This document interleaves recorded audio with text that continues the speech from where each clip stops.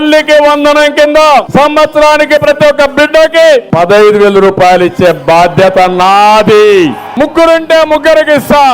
ఇచ్చిన మాట ప్రకారం అధికారంలోకి వచ్చిన మొదటి ఏడాది 2025-26 విద్యా సంవత్సరానికి గాను 10,091 కోట్లతో తల్లికి వందనం ప్రారంభించారు.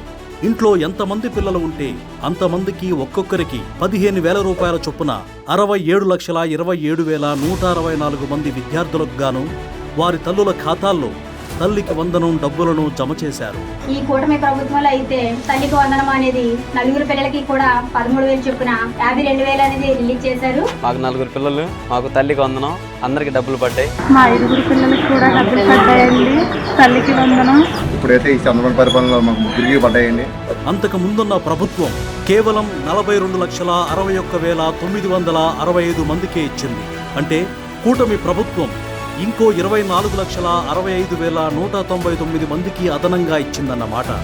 ఇక రెండో సంవత్సరం 2026-27 విద్యా సంవత్సరానికి కూడా అదే హామీని నిలబెట్టుకుంటూ 67,47,190 మంది విద్యార్థుల కోసం వారి తల్లుల ఖాతాల్లో డబ్బులు జమ చేసేందుకు 10,120.78 కోట్లు కేటాయించింది.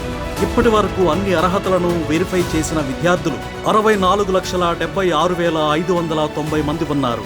జూలై 22వ తేదీన ఈ 64,76,590 మంది విద్యార్థులకు తల్లికి వందనం నిధులను కూటమి ప్రభుత్వం జమ చేస్తోంది. ఒక్కో విద్యార్థికి 15,000 రూపాయలు సాయం చేస్తుండగా ఇందులో ఒక్కొక్కరి నుంచి 2,000 రూపాయలను మినహాయించుకొని ఆ సొమ్మును రాష్ట్రంలో విద్యా సౌకర్యాలను మెరుగుపరచడానికి ఉపయోగిస్తారు. మిగిలిన 13,000 రూపాయలను వారి తల్లుల ఖాతాల్లో జమ చేస్తున్నారు.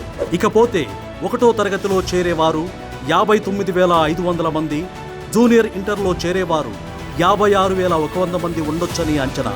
అలాగే వివిధ కారణాల వల్ల అర్హతను నిర్ధారించలేకపోయిన వారు మరో 1,55,000 మంది ఉంటారని అంచనా.